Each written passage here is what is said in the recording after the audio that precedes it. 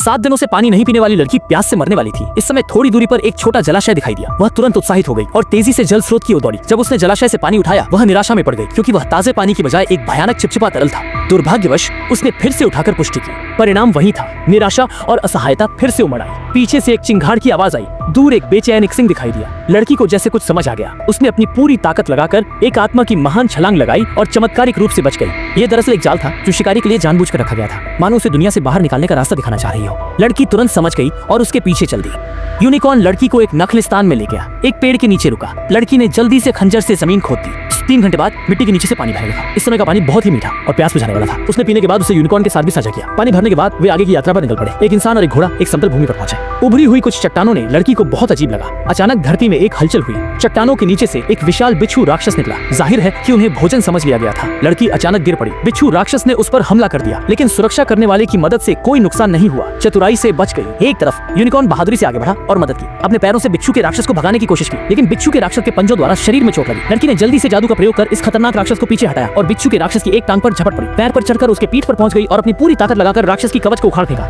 बिच्छू राक्षस को लगा कि वह हार रहा है और भागने ही वाला था। लड़की ने मौके का फायदा उठाकर छलांग लगाई और उस बिच्छू राक्षस के सर पर उस टुकड़े से जोर से वार किया। अंततः सफलतापूर्वक पराजित किया।